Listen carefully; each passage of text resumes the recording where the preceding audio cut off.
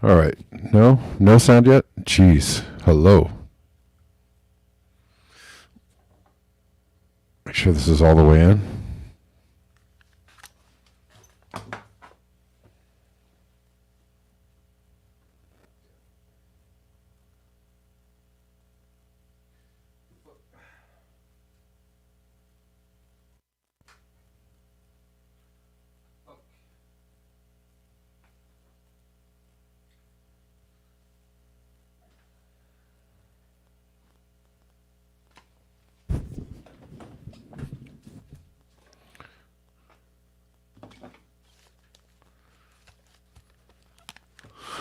Hello. All right.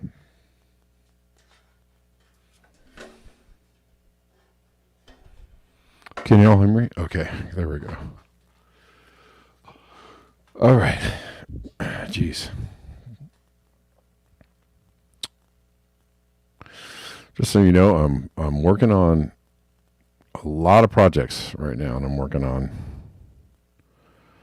a lot of music projects, and so I use a lot of the same equipment for everything. So I often have to like break down and then re-put my studio together every time to do the show. So that's why. A lot of times cords are not connected, or things are not plugged in, or things are not.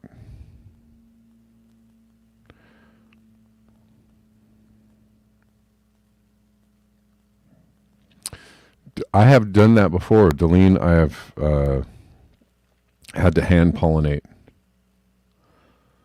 some of my vegetables before, and it's worked. There's another way to do it. You shake the leaves.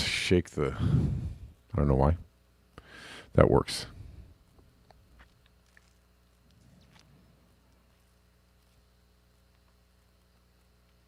But good to see you all. Thank you. Thank you for hanging in and tuning in. We're live on YouTube, Rockfin, Colin, and on Twitter. Billy Joe Schmo, hottest February on Earth in human history. Yep, sounds about right. All right, let's. We've got a couple things. What's up, Rockfin people? How you doing?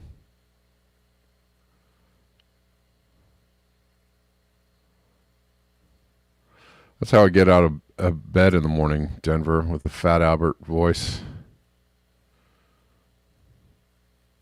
I'm not even going to do it. maybe I should.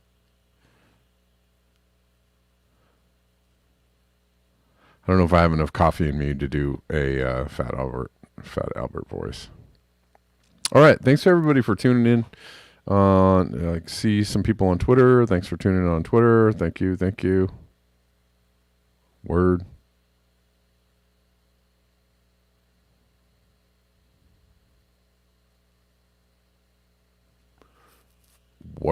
Okay. I was talking about doing a watch along. Obviously, that's not going to happen today, but probably tomorrow. I just, well, first of all, I just forgot about that I was going to do it. I was halfway into setting up this show, and I was like, oh yeah, weren't we going to do a watch along? And I was already in. It was too late. So probably tomorrow.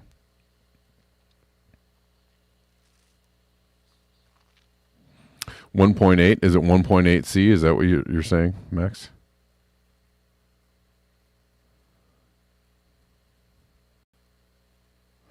Here's Charleston, South Carolina. By the way, I was looking a little more at that flooding in the. Maybe we talked about it yesterday in the Hamptons in New Hampshire, that it was a sea level event. It wasn't a weather event, which I didn't know. When somebody was saying, when I was having the conversation with somebody about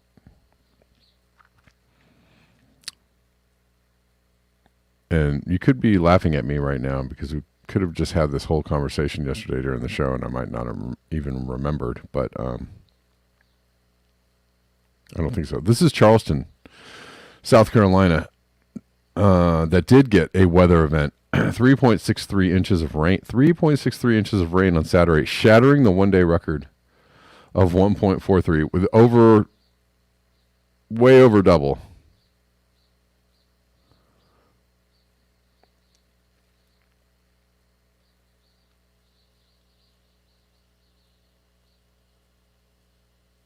Anyways, somebody was arguing with me about the weather over the Hampton, New Hampshire thing. It wasn't weather at all. It's just sea level, just straight up sea level rise. So there you go.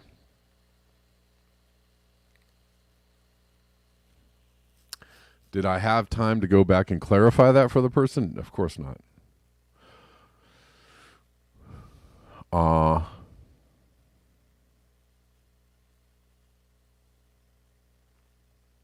Got some more people tuning in. Cool. All right, this is where, so you know, you want to look at the unprecedented heat in the Americas,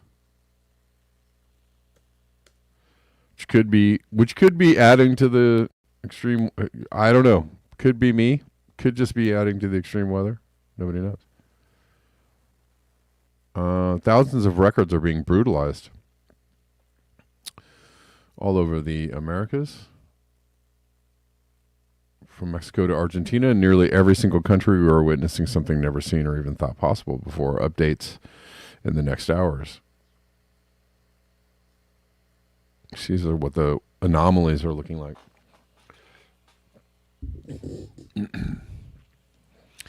And still, people are just not paying attention. I mean, we are,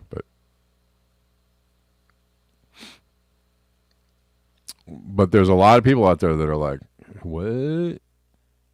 You believe in climate change? What are you, some kind of What are you, some kind of Klaus Schwab loving weird? Okay.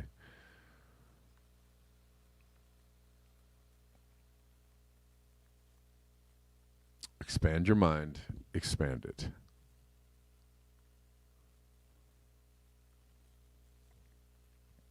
And along with the extreme heat, we have what are the knock-on effects of extreme heat? I don't know. Could be melting ice. Oh, I really hate that. I don't want to open this in the news app. Go away.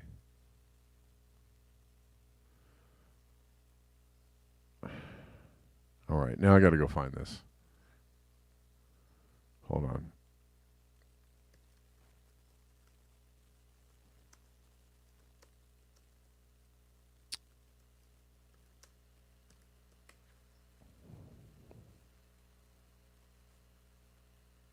All right, it's in the New Scientist. Just take me to the dang article, people. Don't take me to all these side roads. The sea ice that encircles Antarctica has reached near record low levels for the third year in a row, raising concerns that the ice has undergone a permanent regime shift driven by climate change. With alarming consequences for ice shelves and Arctic ecosystems in the global climate, researchers say it remains unclear whether a shift has occurred, but we may see more evidence in a matter of months. Antarctic sea ice has long defied expectations. Modelers projecting its decline were flummoxed. It's a good word when sea ice cover increased up to 2015, even as the sea ice in the Arctic declined. Then, sea ice cover fell sharply below average the following year, reaching a new record low early in 2017. That started to look like a trend as the ice set another record low in 2022, then another in early 2023.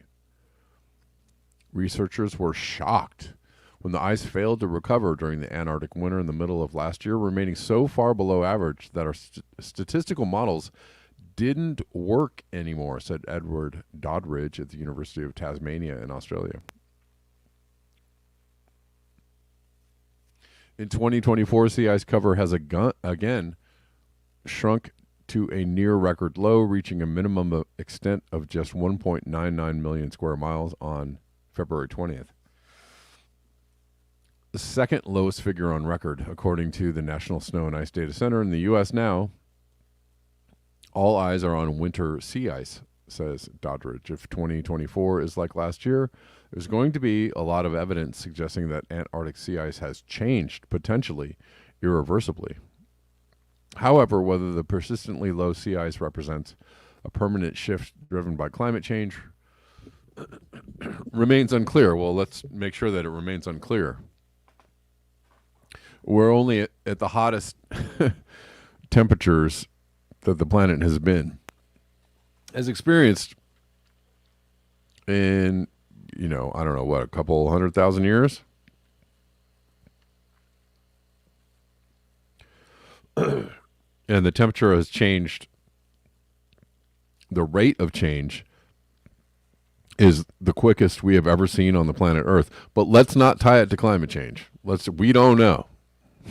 It's the record lowest it's experienced 3 years running, but we have no idea if it's linked to climate change. Doing.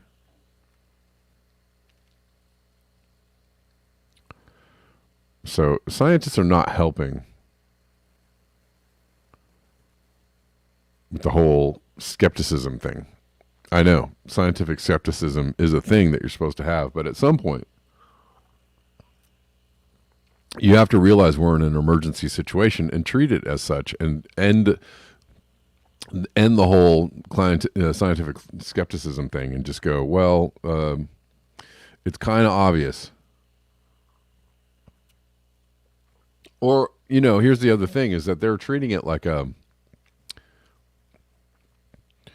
compartmentalizing it and treating it, like we're just studying the sea ice here.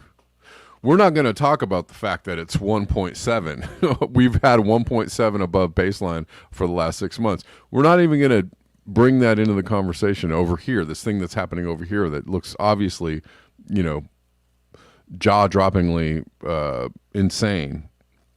We're just talking about the sea ice in the Antarctic, and it's lower than it's ever been. 3 years running, lower and lower, and it never recovered last year. But we don't know if it's tied to climate change. Catherine Walker, I know that you're a very highly, credentialed person at Woods Hole Oceanographic Institute in Massachusetts. Sorry, I can't say that. But you get the dumbass award. Sorry to be so harsh, but you just get the dumbass award for the day. Sit down somewhere. Is it a trend or is it an elongated blip or a regime shift? We don't know. But let's not talk about the fact that it's 1.7 degrees, above baseline for the last 6 months. And we've sea surface temperatures, all over the planet are higher than they've ever been. And they're just so many deviations away from the norm, and they just aren't coming down, and they aren't even coming back into the area of the norm. They just continue on this upward trajectory, but we don't know whether it's tied to climate change. Oh my God. I know, it's your job. That's what you got to do. Anyways.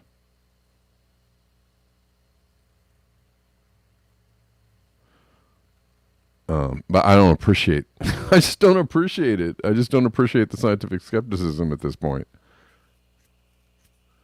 I mean, yeah, okay. One source of uncertainty is the short satellite record of Antarctic sea ice cover, which extends back only to 1979. That limited view makes it difficult to know the degree. All right, well, okay, sure. The degree to which the current fluctuation in sea ice is part of a natural variability in the Antarctic. So, I get that. I get all that. At the same time, it is 1.7 degrees above baseline. We've shot past 1.5. Every other indicator on the planet is telling us that we're in absolutely uncharted territory. We're in absolutely a new regime as far as like anything else goes. But as far as Antarctic sea ice, we don't know. I mean, come on, man. Come on. That limited view makes it different. All right, we read that. Caroline Holmes at the British Antarctic Survey says the magnitude of the change in the sea ice suggests it is a combination of both. Okay. All right. Researchers aren't sure precisely how the atmosphere and the ocean are driving changes in sea ice and such. Okay, all right. We're getting lost in this essential part of understanding why those changes are happening, blah, blah, blah. Maybe we should, get a grant for some more research money. It's going to take more study. We're going to need to figure this out. Okay? Extreme temperatures and changes in wind patterns did contribute to the startlingly low ice levels observed last year, said Walker. Extreme temperatures and changes in wind patterns. But a recent study by Doddridge and his colleagues found these changes in the atmosphere aren't sufficient to explain the changes in sea ice over the past decade. Changes in ocean temperature and salinity also drive variations. Okay. But assessing the complex interplay of these factors is a rabbit hole that current models can't resolve, says Zachary Kaufman at Stanford University in California. And there are other hard-to-model factors to take. My God. The low level of sea ice cover may have... Here we go. Here's something that's might be interesting or a little closer to reality.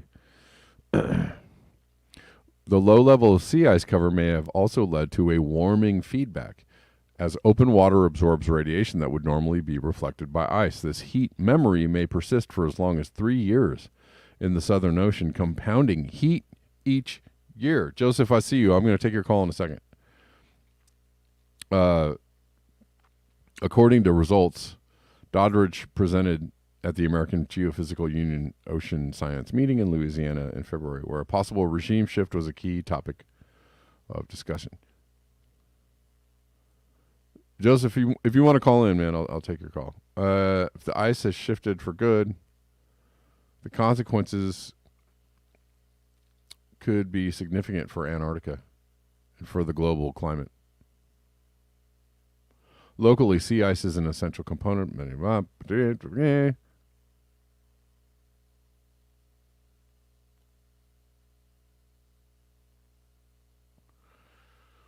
Okay. Well, there are growing fears of an alarming shift in Antarctic sea ice, but you wouldn't know it by listening to some scientists.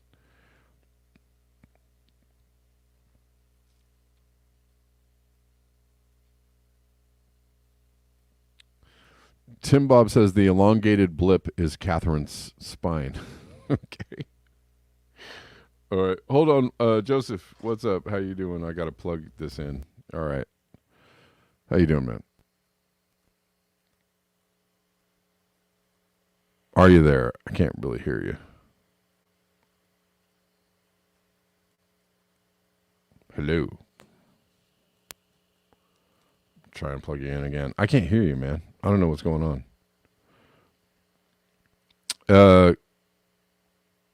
Can you all hear me on call in?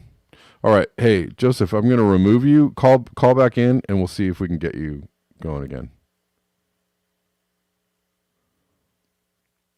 Maybe it was just a glitch. I'm not really sure.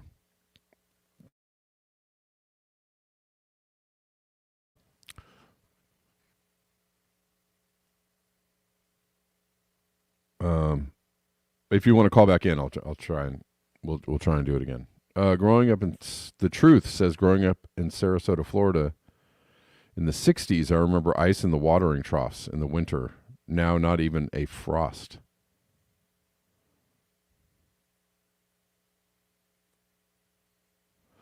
I mean, things are different. I don't understand this. Okay, Joshua's calling in.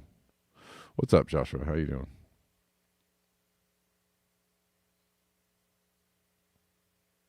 Hello. Is this me? Is this my fault? I can't seem to hear you. This could be me. I'm sorry. But it doesn't I'm not getting the thing that says that you're making any sound. Hold on. Let me check something.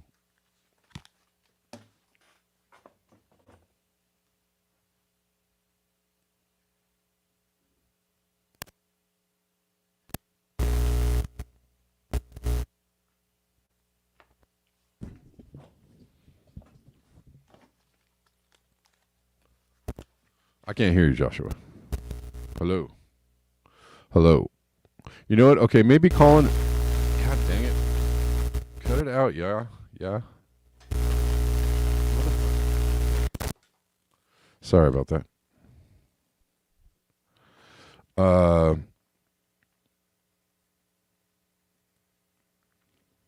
Let's see.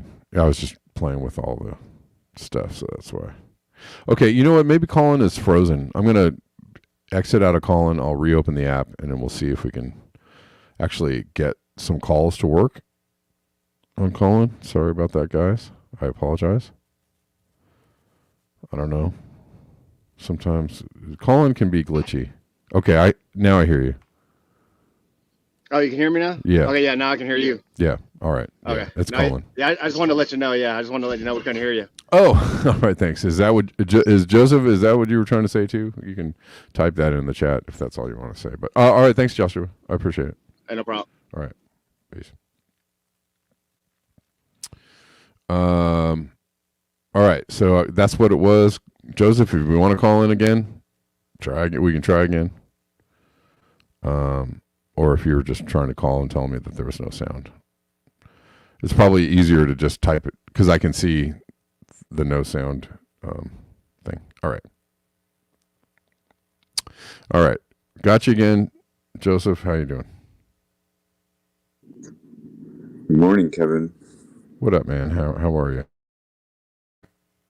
I'm okay, give or take. Um, I was just going to comment when you're saying the scientists being The reticence. overly conservative, right?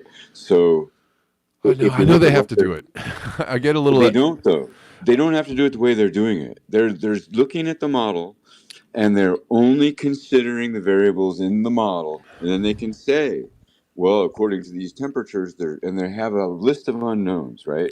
Where they could know a lot more and be more definitive, and they would have to include density of the atmosphere and its pressure, and they would have to compare that to the ocean's change in total dissolved solids, and that would affect the stratification. And we have researchers doing all those things that are not being heard in these models. And if all of those researchers, including those other variables that I just listed, were also in the discussion, they wouldn't get away with being so overly conservative.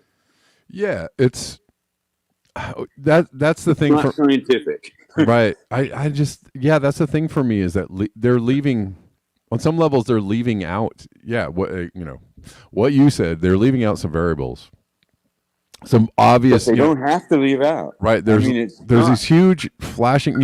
It didn't. It took until the very bottom of the article for them to say, well, there could be we could be in a feedback loop, right? At the end, but they led with the whole scientific reticence thing, and I'm like, why do you do that? I know why they do that, because honestly, it's a political. Skepticism is not just for the right anymore, right? It's not just what's for breakfast for the right.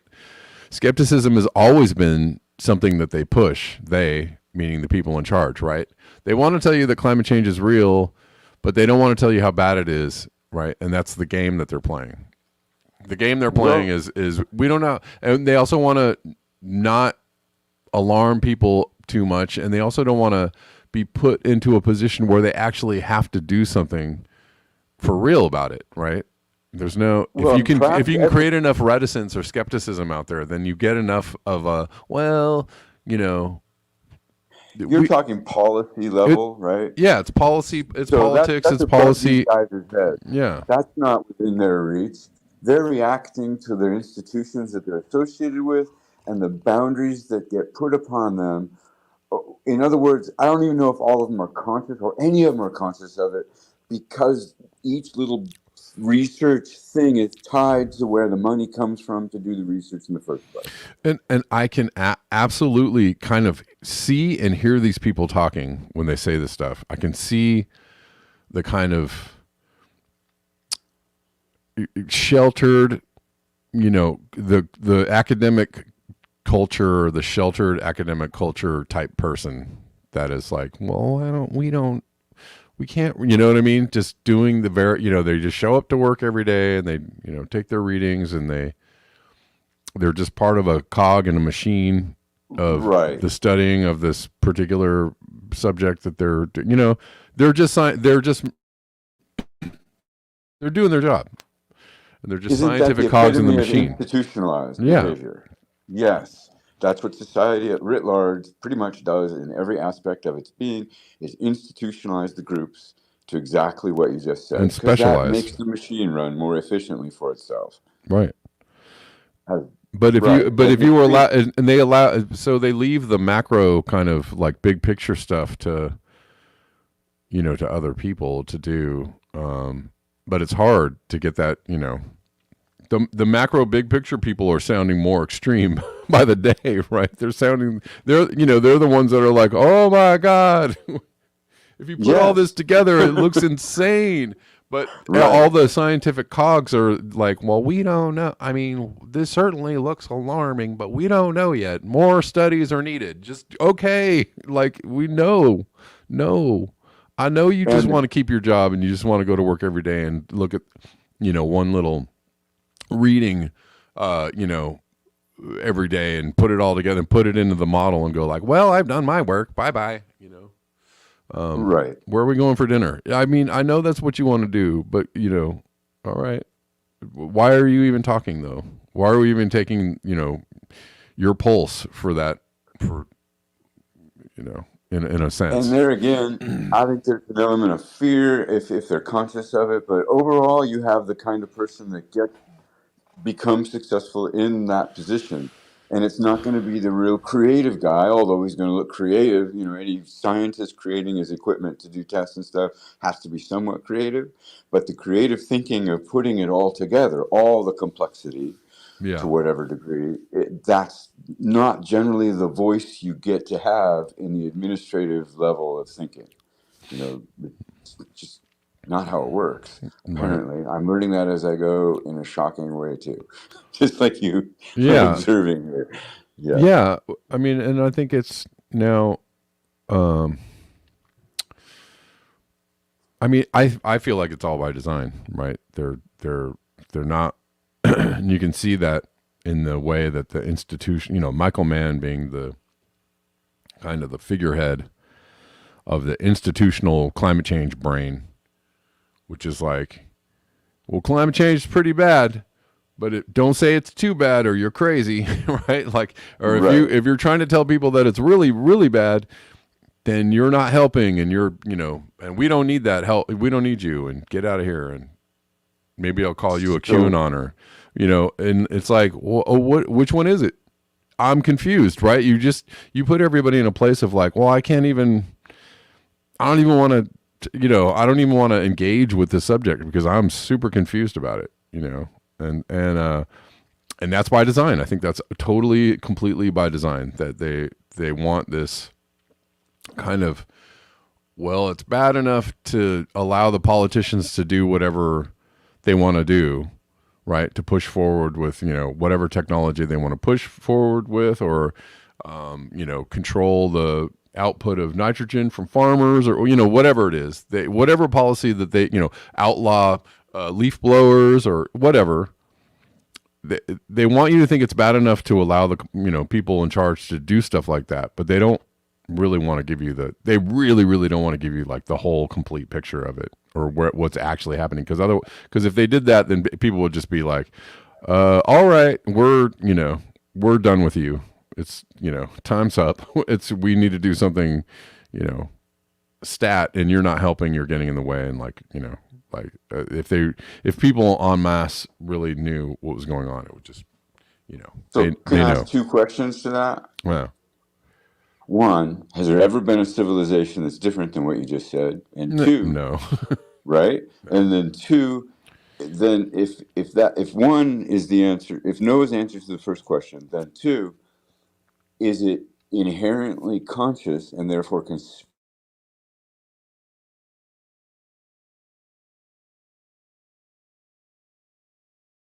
people on top? Oh, you have to repeat that last sentence that you asked, because I missed that. Oh, you dropped out. Oh, sorry. Is it generally a delusional thing that's subconscious? Because the masses reflect a lot of what the leaders are saying, including these scientists who are saying, just buy this new light bulb and everything's okay. Right. Right. So, I mean, I think there is conspiracy in there to sell the light bulbs. I think there's conspiracy in there to spend the money on the projects that they want. But I think the underlying conspiracy is subconscious, in that no one really wants to face, or, you know, so many out of every 100 don't want to face that civilization may not be a viable endeavor. Well, you can even, yeah, and that's even more macro, right? Like that's even zooming out even farther, which I'm a fan of. And that's the thing, is like, you know, I feel like I spend a lot of my time, and even, you know, I have the other channel where I'm spending time talking about news and events. But yeah, if you want to macro out from all of that and just go, well, that, you know, none of this really kind of matters.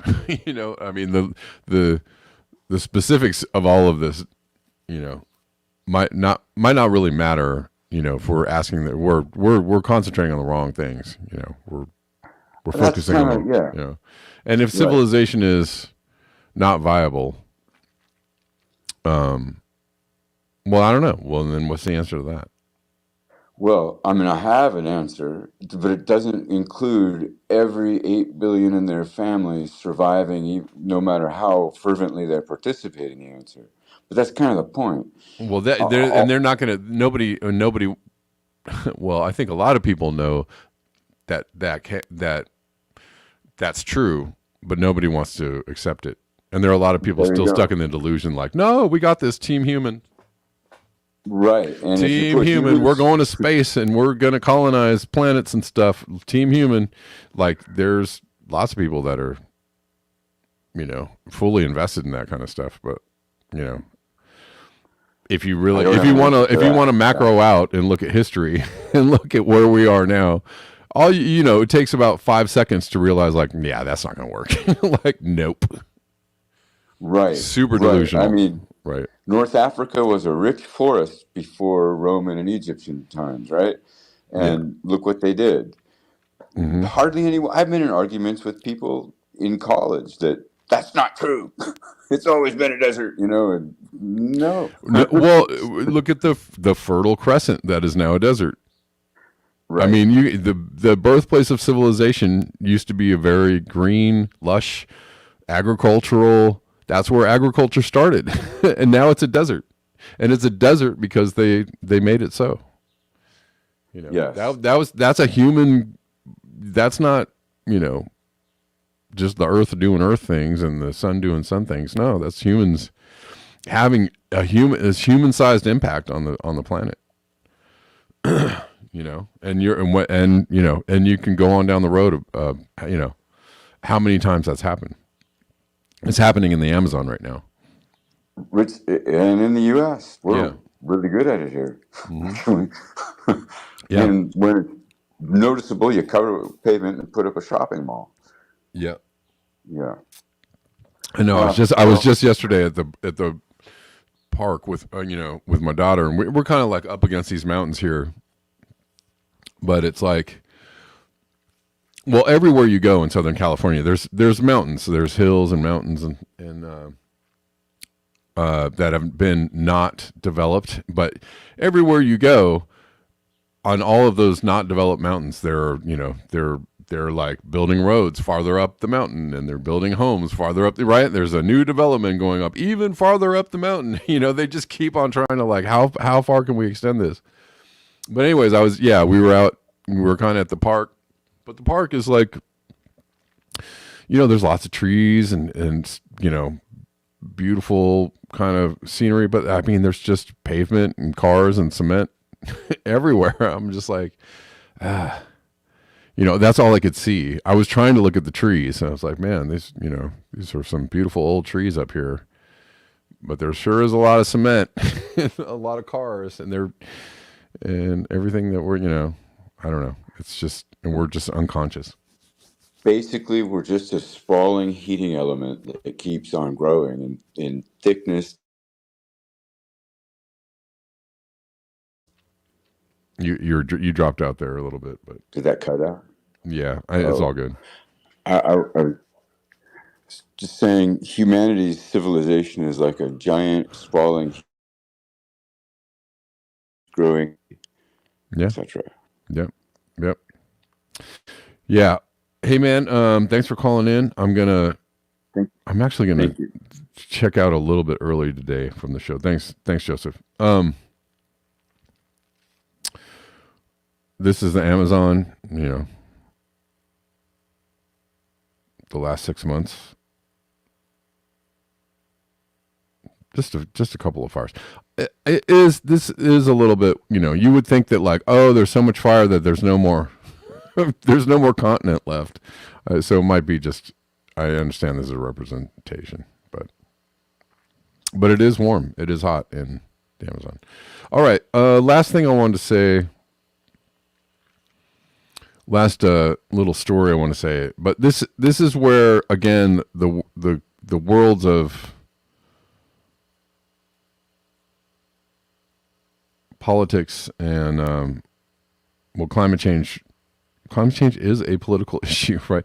I know people don't want to talk about politics, but this is this is where politics, sometimes people don't want to talk about politics. Canada is passing legislation to see people go to jail or be fined up to $500,000, which is a whole lot of money, for talking about the benefits of using oil and gas appliances, including motor vehicles. What? Now, it is true that Canada is actually passing a bunch of laws right now about, a bunch of free speech. What used to be free speech laws. So, but remember, a week ago or two, we were talking about. A week or two ago, we were talking about, the Centers for Digital, countering digital hate, saying that, you were a bad person if you were talking about the unviability of renewable energy. And all the people I know who understand what humans are doing, as a heat engine, and understand the absolute unviability of, renewable energy to actually fix the problem of destroying the planet, because it's just more destruction of the planet. Anyways, on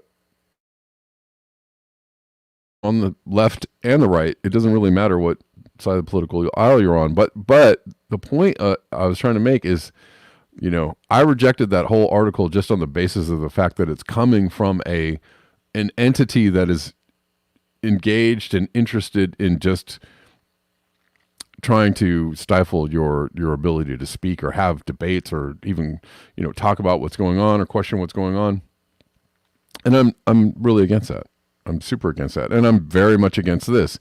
So, do I think we should stop burning oil and gas? Of course I do. Do I think that replacing oil and gas with battery powered appliances is the way to go? Hell no. So I think we should stop doing it all. We should stop doing it all. Just stop making it all and stop building it all. So what does that leave? Where does that leave us? Well, it leaves us with the old, there have been countless studies that have shown that, just driving an older car, even a gas burning older car, and driving it to the end of its life, is way less destructive than buying a new car. Because so many resources go into the production of a new car, and you're just putting something else onto the planet that's, eventually going to decay, destroy the planet in so many ways, right? So it's better to use the things we have and stop making the new stuff. So I'm of the mind that it's just a better idea to just go buy an old beater and use it until it's done being used. Until we can get to a place where we don't need to buy the beaters at all, or use the beaters, or use any of the cars, right? Or very, very few of them. How about none? Anyways, let's listen to this a little bit. Fossil Fuel Advertisement Act. And not only does it ban all advertising for our Canadian oil and gas companies, if you are a Canadian and you are caught speaking well of or promoting our oil and gas, could be a social media post, it could be a t-shirt with I love oil and gas on it, or a bumper sticker, anything like that. So I know this is slightly ridiculous.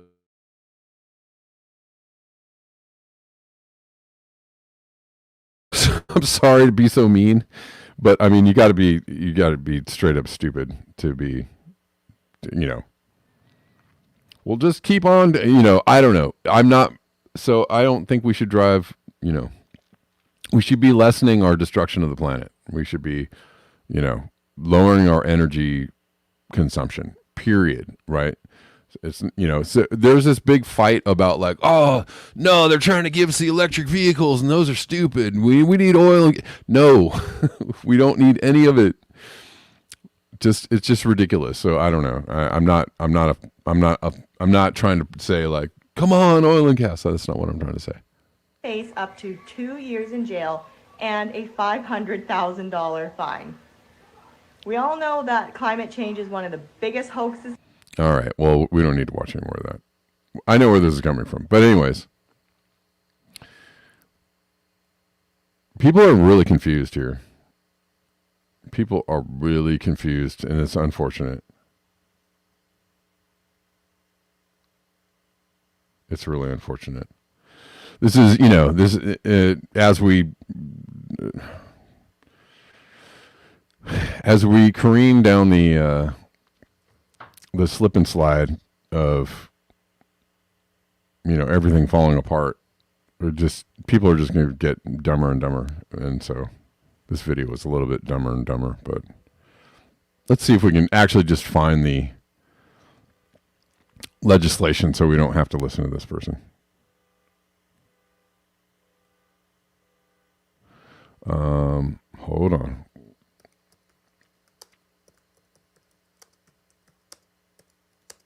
I just am not look, I'm not a fan. Okay, I wasn't really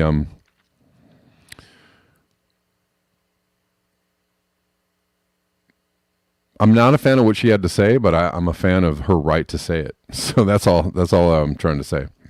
I don't really like what she was saying. I don't agree with it. I'm not supporting it, but I am supporting her right to say it. And that's the point of what I'm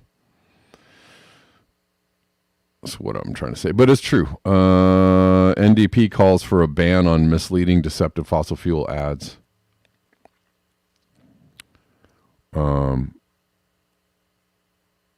Well, let's see.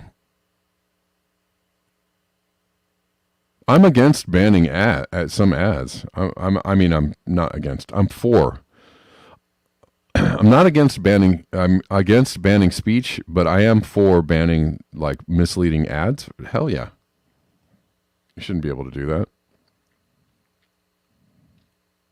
Angus said Canada's oil industry is shifting its propaganda strategy to promoting its products as clean and claiming they can be part of a climate solution. Maybe we're just going to debunk that whole post right here. I don't know.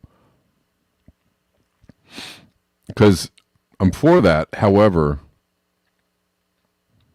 if they're going after like just average citizens for talking about it, I think that's, if you're going after the corporations, that's one thing, but going after citizens is another.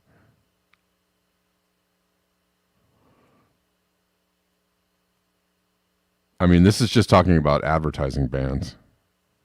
So maybe that post I just played you was a bit of propaganda. Probably was. Yeah, I know. We love ads. No. Jay Gibbons says there are folks all over the world without cars, electricity, phones who are doing just fine. Yeah. All right. We'll see. We'll see if this thing goes through in Canada. But it looks like it's just targeting. It's targeting ads, just like they targeted cigarette ads. That they no longer allow them on the TV, right? When are they going to stop allowing big pharma to advertise on TV? I guess maybe when they stop taking their money. But it would be nice to not see any fossil fuel ads on TV. Do you think that's ever going to happen? I'm all for that. I'm not against that at all. Like Exxon, Mobil, Shell, all of them should be banned from advertising on TV. I'm all for that. Anyways, all right, guys. So I'm going to do my other show at noon again. At 12, if you guys want to tune into Octopus Files. At noon, I'll be doing a show on Twitter, okay? On the Octopus Files thing.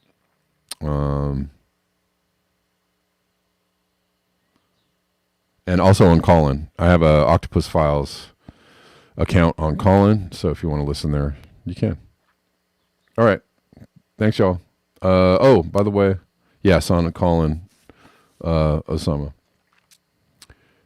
If you want to support this show, and I do need your support, you can support here, Zelle, Kevin Sandblum at protonmail.com.